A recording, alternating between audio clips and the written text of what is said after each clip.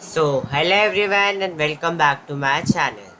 In today's video we are going to do the poem Stopping by the Woods on a Snowy Evening.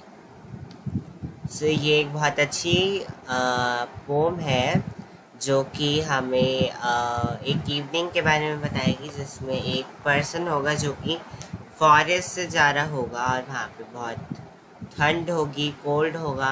तो चलिए start करते हैं हमारा topic.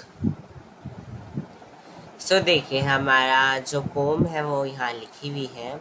तो सबसे पहले मैं आपको फर्स्ट स्टैंजा पढ़ के बताता हूँ और फिर मैं उसको एक्सप्लेन करूँगा। यहाँ तक। Whose woods these are, I think I know. His house is in the village, though. He will not see me stopping here to watch his woods fill up with snow. क्या बोलता है? The speaker thinks about who owns the woods that he or she is passing through. जो speaker है वो सोचता है कि कौन ये वुड्स को ओन करता है जिससे वो जा रहा था, and is fairly sure of knowing the landowner. और सेकेंड लाइन वो क्या बताता है कि फर्स्ट लाइन में वो ये बताता है that I think I know. वो ये बताता है कि उससे ये पता है कि ये वुड्स किसके हैं। However, the owner's home is far away in the village. क्या बोलता है वो कि जो ओनर है उसका जो हाउस है वो बहुत दूर है यहाँ से, और वो कहाँ पे एक विलेज में है। And thus he is physically incapable of seeing the speaker pause to watch the snowfall in the forest. वो क्या बताता है कि जो स्पीकर है वो उसे देख नहीं पाएगा कि वो वहाँ से पास कर रहा है। मतलब बेसिकली इस पहले पैराग्राफ में आपको यही बताया गया है कि जो मैन जो यहाँ फॉरेस्ट में है वो एक फॉरेस्ट में से पास कर रहा है। देन वो ये बताता है कि वो ये सोचता है कि वुड्स किसके हैं, ये फॉरेस्ट जो है वो किसका है। फिर वो याद करता है कि हाँ मुझे पता है ये फॉरेस्ट किसका है। फिर वो बोलता है कि वो मुझे यहाँ देख नहीं पाएगा कि मैं उसके फॉरेस्ट में से जा रहा हूँ। अब आगे का पैराग्राफ हम समझते हैं।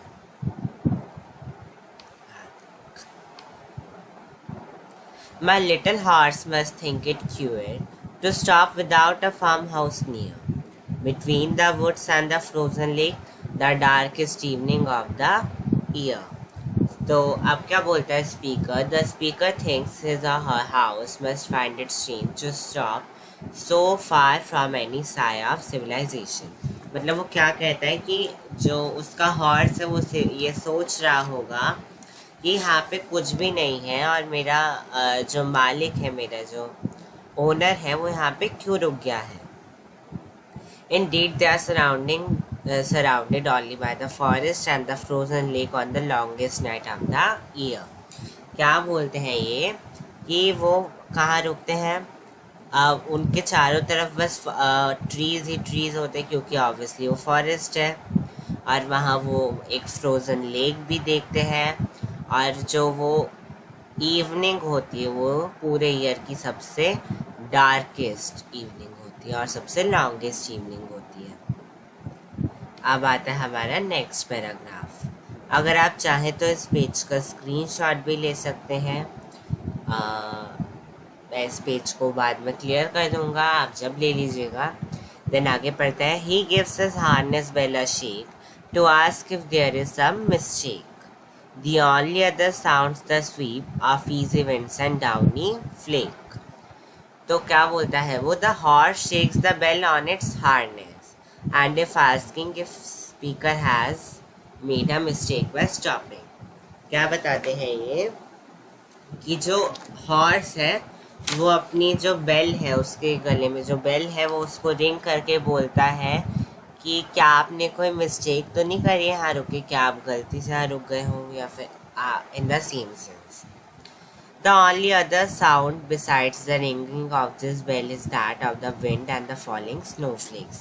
और जो उस हॉर्स की जो बेल रिंग कर रही थी उसके अलावा वहाँ बस एक तो साउंड था विंड का और दूसरा साउंड था फॉलिंग स्नोफ्लेक्स का, मतलब जो स्नो गिरती है बस उसका साउंड था, और एक साउंड था विंड का।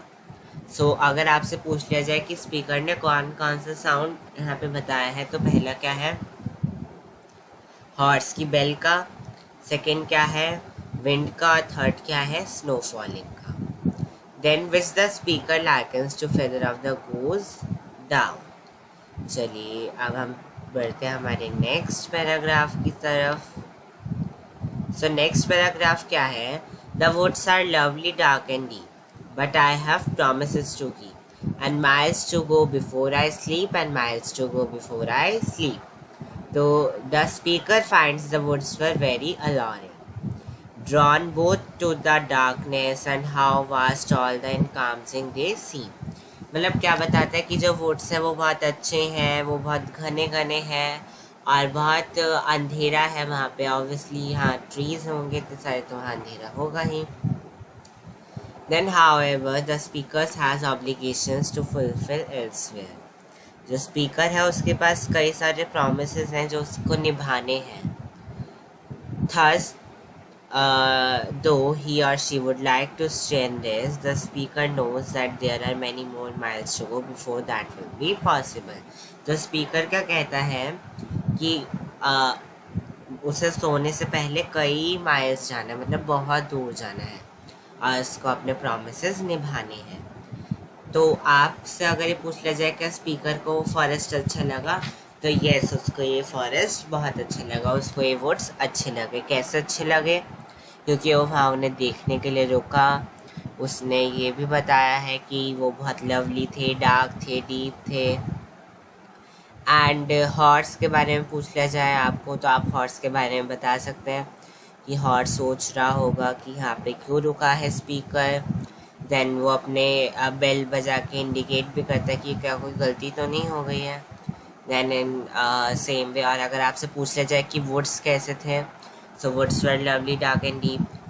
वुड्स में क्या क्या देखा उसने, फ्रोज़न लेक देखी, और उसने क्या बताया है वुड्स के बारे में कि वो एक डार्केस्ट इवनिंग थी ईयर की।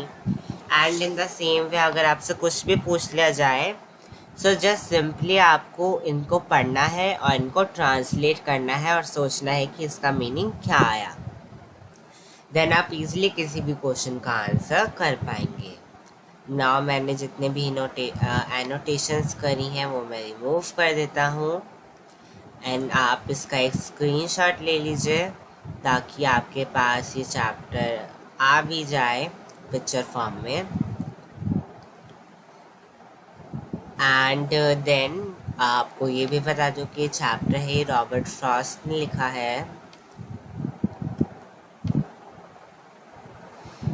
देन एक आपको अगर मैं समरअप करूँ तो सबसे पहले हमें ये बताया गया है कि स्पीकर सोचता है कि ये वुड्स किसके हैं, और फिर वो बताता है कि वो उस वुड्स के ओनर को जानता है और वह यहाँ से बहुत दूर एक विलेज में रहता है। देन वो क्या बताता है कि उसका हॉर्स जो है वो सोचता है कि क्या यहाँ पे रुके कोई गलती तो नहीं हुई, और उनके चारों तरफ ट्रीज़ थे और उन्होंने एक फ्रोज़न लेक भी देखी और वो ईयर की सबसे डार्केस्ट इवनिंग थी। फिर जो हॉर्स है वो अपनी बैल बजा के ये दिखाता है, ये साई करता है कि क्या कोई यहाँ पे हमसे रुके कोई गलती तो नहीं हो गई है। और उसके बैल के अलावा बस वहाँ पे एक तो विंड का साउंड था और एक फॉलिंग स्नो का साउंड था। और वुड्स कैसे थे, लवली डार्क और डीप थे, और स्पीकर को बहुत दूर तक जाना था इससे पहले कि वो सोए या फिर रेस्ट करे। मतलब उस पर ये भी टाइम नहीं था कि वो वहाँ पे जो वुड्स थे वहाँ पे थोड़ी और देर रुक जाए, क्योंकि उसको प्रॉमिसेस निभाने थे और वो रेस्ट नहीं ले सकता था। तो यहाँ पे हमारा चैप्टर होता है फिनिश। और अगर आपसे पूछ लिया जाए कि स्पीकर वहाँ पे क्यों नहीं रुका, तो आप ये बता सकते हैं because he has promises to keep, that's why he was not able to stay in the woods. Then आपसे ये पूछ लिया जाए, do you think the poet was afraid of the owners of the wood, why or why not?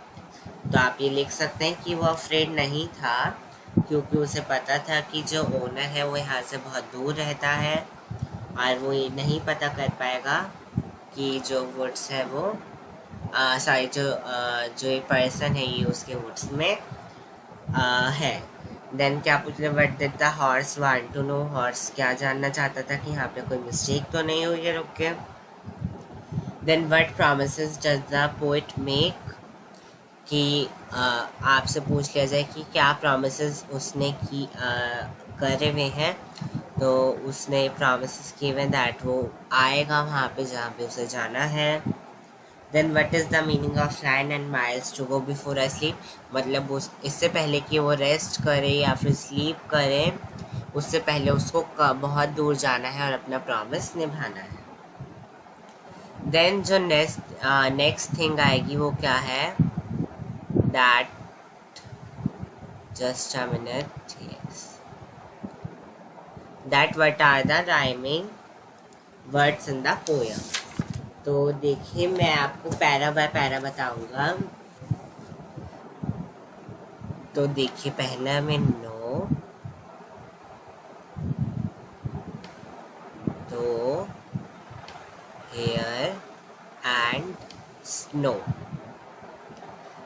तो हम no को ए पहले सबसे पहले कंसीडर करते हैं, नो को ए। देन दो को हम भी ए करेंगे क्योंकि नो और दो राइमिंग है। हेयर हमारा अलग है तो हम इसको भी मार्क कर देते हैं, और स्नो है वो इससे भी अलग है तो हमको इसको सी मार्क करना है। सो ए बी सी, ये है हमारे पहला पैरा की राइमिंग थी। देन सेकंड की क्या है, Q and near, lake and near. अब मैं हाँ ए बी सी दोबारा लिखूंगा तो मतलब ये हाँ से मैच नहीं कर रहा, ये अलग होगा। दैट अगर मैंने हाँ भी ए डाला तो इसका मतलब नो और क्यू और एक नहीं है। जब भी मैंने आपसे पहले बोला था कि हर पैराग्राफ का अलग बताऊंगा। तो queer, near, lake and year, तो क्यूअर को हम देंगे ए,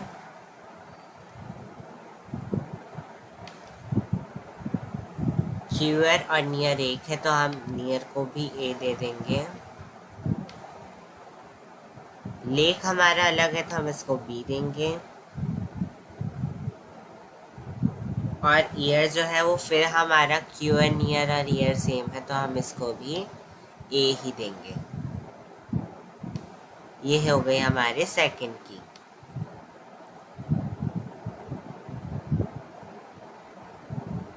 अगर आपको इस वे में देना है कि आपको जैसे हियर भी आपको अगर करना था तो आप फिर इसे एक तरीके से लेके चलिए, फिर आपको यहाँ पे भी बी लिखना पड़ता, हेयर, क्यू एंड नियर और year.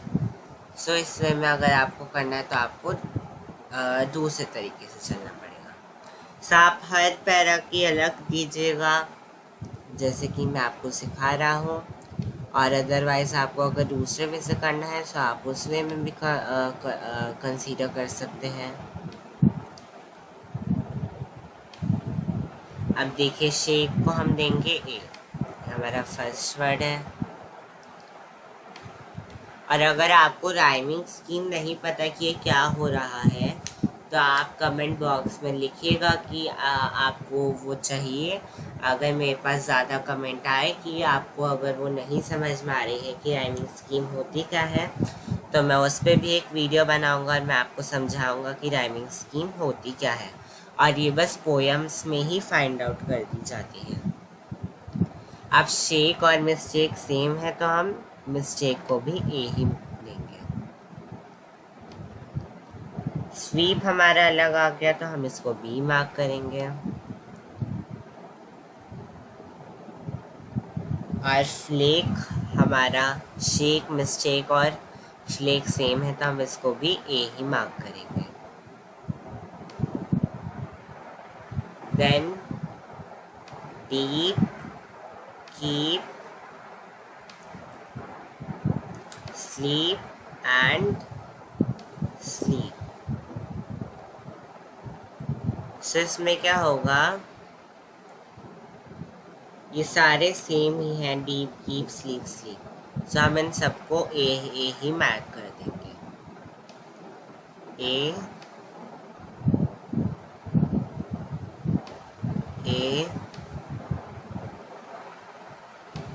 A, and again A।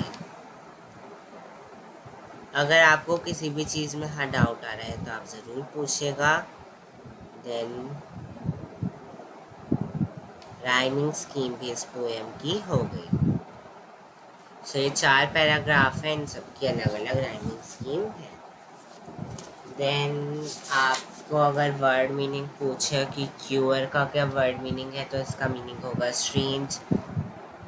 और यहाँ स्लीप, यस, ये आपको मैं बता दूँ, यहाँ जो स्लीप वर्ड यूज़ किया गया है, and miles to go before I sleep, तो यहाँ जो स्लीप वर्ड है ये इसका मतलब सोना नहीं है। ये मैं आपको बताना भूल गया था। यहाँ स्लीप का मतलब सोना नहीं है, यहाँ मतलब है डेथ। मतलब बिफोर कि वो, उससे पहले कि वो मर जाए, उससे पहले उसको अपने प्रॉमिसेस निभाने हैं, इसलिए उसको जाना पड़ेगा। इसका मीनिंग ये है। सो इसका मीनिंग आप जहाँ जहाँ मैंने स्लीप यूज़ करा है वहाँ मतलब उसका डेथ है। देन आपसे पूछ लिया जाए that poet was riding on a तो horse, the season depicted in the poem is winter, the woods are lovely. और अगर डार्क डीप हो तो वो भी आप लिख सकते हैं। देन आपको मैं 2 क्वेश्चन अभी बता रहा हूँ, उन दोनों के आंसर आपको कमेंट बॉक्स में टाइप करने हैं। और आगे आने वाले टाइम में मैं एक वीडियो बनाऊंगा जिसमें मैं उन दोनों क्वेश्चन के आंसर तो आपको बताऊंगा ही, और साथ साथ अगर आपका आंसर अच्छा हुआ, करेक्ट हुआ, सही हुआ, तो आपका नेम और आपका आंसर मैं दोनों इस वीडियो में शो करूंगा। तो जल्दी से अपना आंसर जो है वो कमेंट बॉक्स में टाइप कीजिए।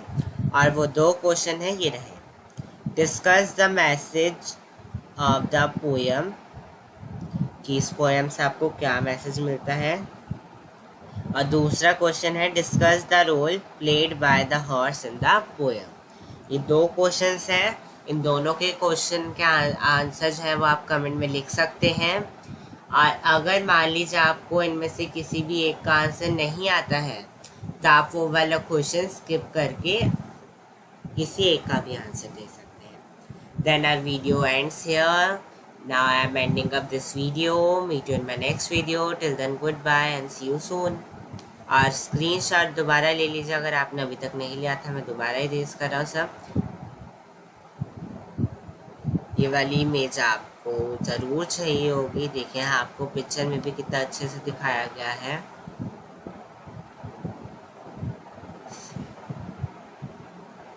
सो देखिए, आप देख लीजिए, इसका स्क्रीनशॉट जल्दी से ले लीजिए। Then and don't forget to like, share and subscribe.